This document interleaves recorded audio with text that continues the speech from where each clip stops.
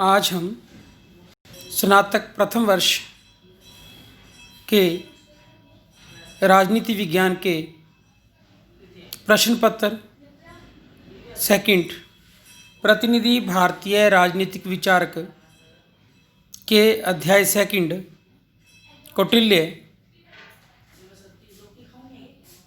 कौटिल्य के राज्य की उत्पत्ति एवं राजपद संबंधी चिंतन का अध्ययन करेंगे।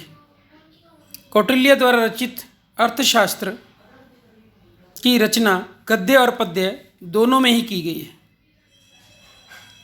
इस ग्रंथ में 15 अधिकरण है, 180 प्रकरण है और 150 अध्याय हैं, 6000 श्लोक हैं। इन 15 अध्यायों में से 9 अधिकरणों में युद्ध संबंधी परिचर्चा को स्थान दिया गया है। कौटिल्य ने अपनी ग्रंथ अर्थ एवं अर्थशास्त्र की संक्षिप्त परिभाषा दी है। उसके अनुसार मनुष्य की जीविका और जिस भूमि पर वे रहते हैं वे दोनों ही अर्थ हैं। अतः वह शास्त्र अर्थशास्त्र है जिसमें मनुष्यों वाली भूमि के लाभ और उसका पालन करने के उपायों का विवेचन किया गया। कौटिल्य के द्वारा राज्य की उत्पत्ति के सामाजिक समझौता सिद्धांत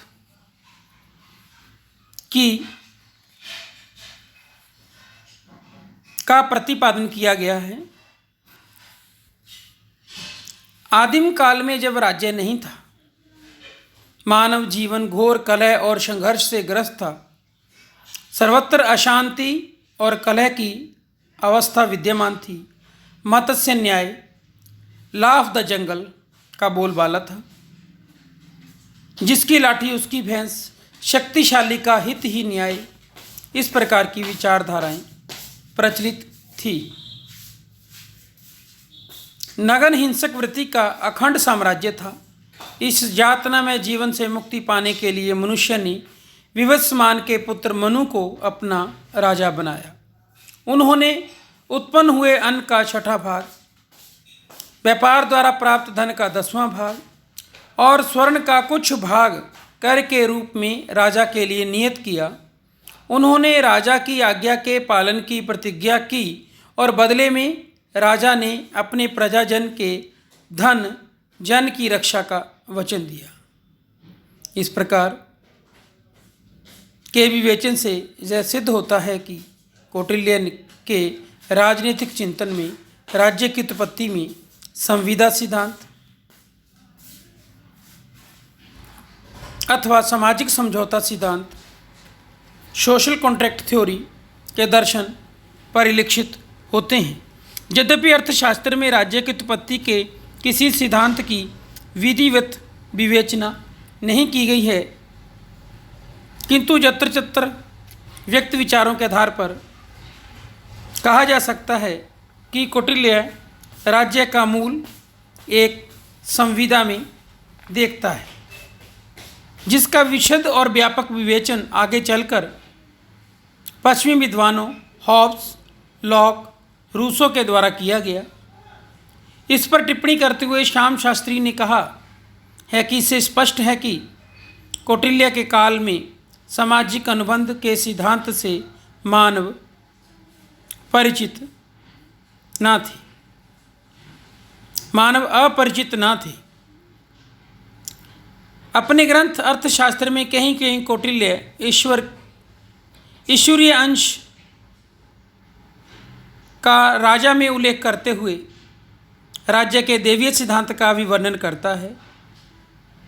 ऐसा करते समय वह यह भूल जाता है कि इन दोनों सिद्धांतों में कोई संगति बैठ ही नहीं सकती।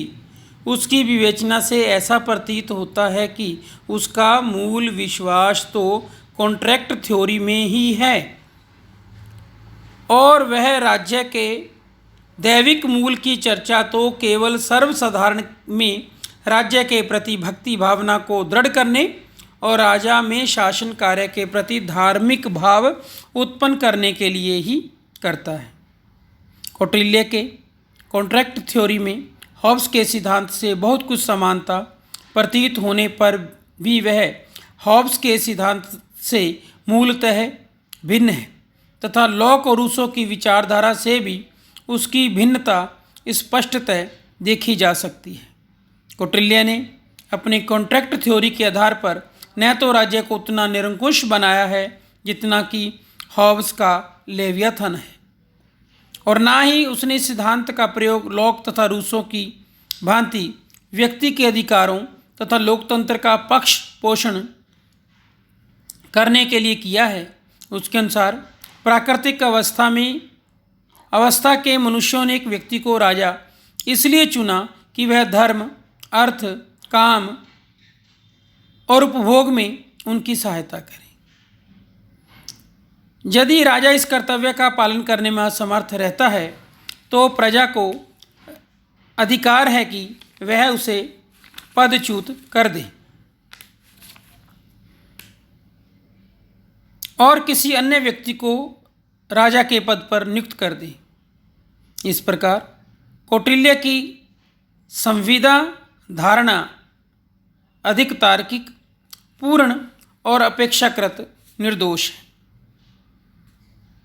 कौटिल्य का संविदा सिद्धांत हॉब्स का लेवियाथन नहीं है, क्योंकि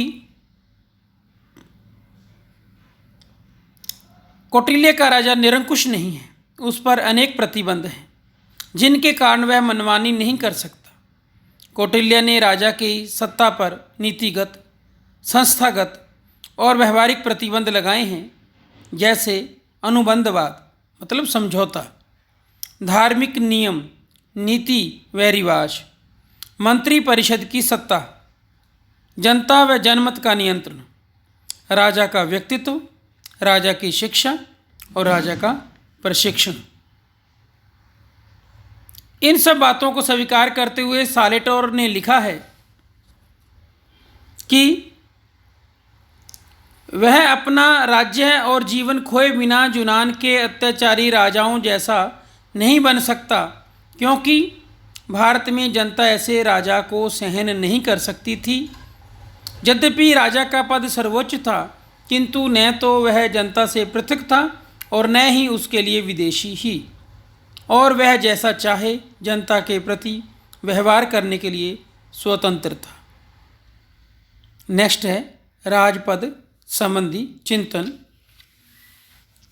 इस वीडियो व्याख्यान में हम राजपद संबंधी चिंतन में राजा संबंधी विचार, राजपद के लिए आवश्यक गुण, राजा की दिनचर्या और राजा की रात्रिचर्या का अध्ययन करेंगे।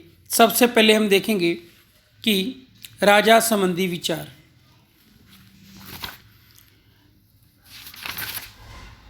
राज्य के सप्तंगों में, सप्तंग मतलब सप्तांग सिद्धांत, स्वामी, अमात्य, जनपद,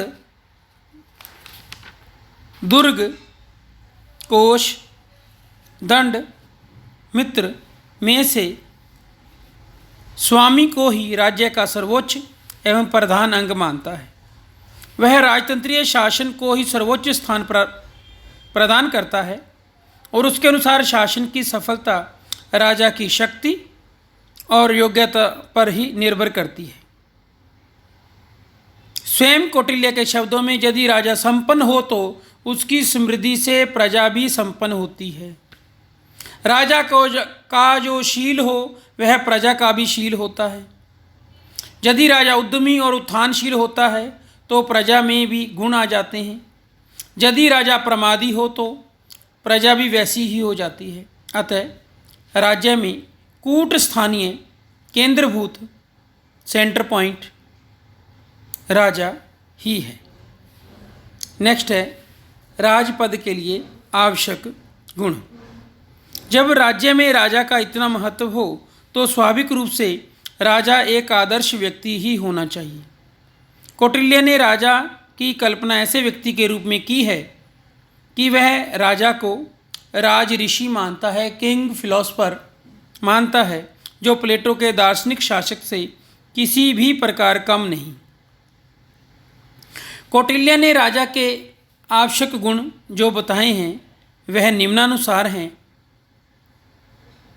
ऊंचे कुल का हो, उसमें देवीय बुद्धि और शक्ति हो, वह वृद्ध जनों की बात सुनने वाला हो, धार्मिक हो, सत्य भाषण करने वाला हो, परस्पर विरोधी बातें ना करें, कृतज्ञ हो, उसका लक्ष्य बहुत ऊंचा हो, उसमें उत्साह हो, सामंत राजा को अपने वश में करने में वह समर्थ हो, उसकी वृद्धि हो,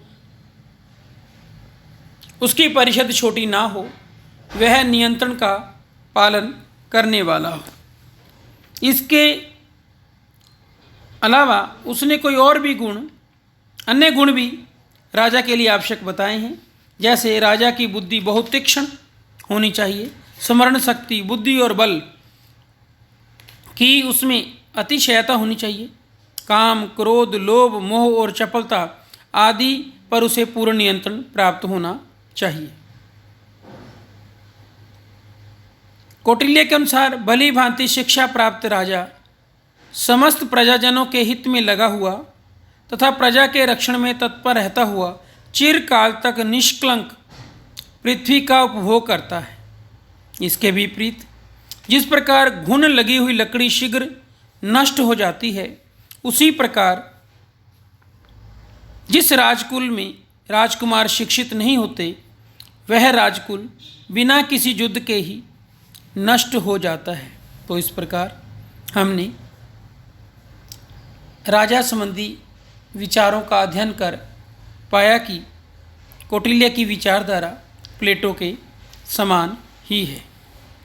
नेक्स्ट है राजा की दिनचर्या। राजा अपने न्यायोचित कर्तव्यों का पालन करे, इस दृष्टि से कौटिल्य ने राजा की दिनचर्या निर्धारित की है। उसने इस बात का पूरा ध्यान रखा है कि उसका एक एक क्षण जन कार्य में लगा हो, भोग विलास, नाच रंग आदि के लिए उसके पास कोई समय नहीं हो। कौटिल्य दिन रात के कार्यक्रम को 24 घंटे को 16 घड़ी में विभाजित करता है। दिन और रात की अलग अलग चर्या का विवेचन करता है। प्रत्येक घड़ी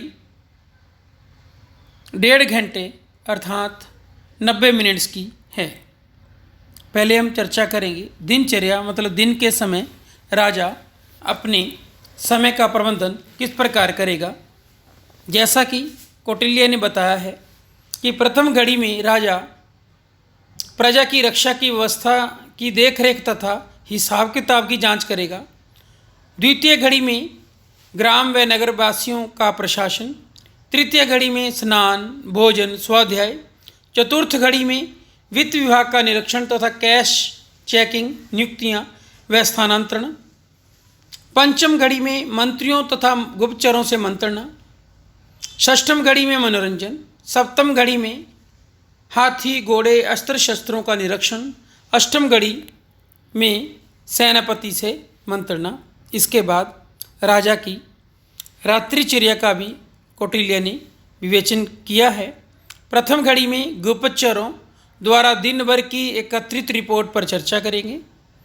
द्वितीय घड़ी में स्नान, भोजन, स्वाध्याय, तृतीय घड़ी में गायन और वादन, चतुर्थ में निद्रा, पंचम में निद्रा, षष्ठम में दिन के कार्यक्रम पर विचार, सप्तम में गुप्तचरों से परामर्श और अष्टम घड़ी में आचार्य, पुरोहित इत्यादि से भेंट। प्रातः बछड़े सहित गाय की परिक्रमा करके राजा फिर अपनी दिनचर्या शुरू करे।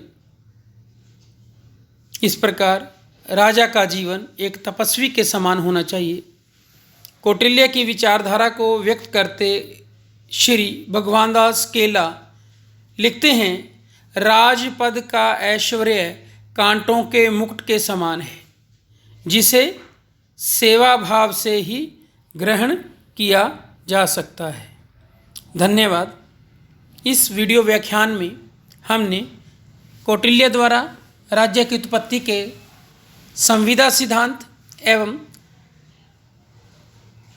राजपद के लिए आवश्यक गुण और राजा की दिनचर्या का अध्ययन किया।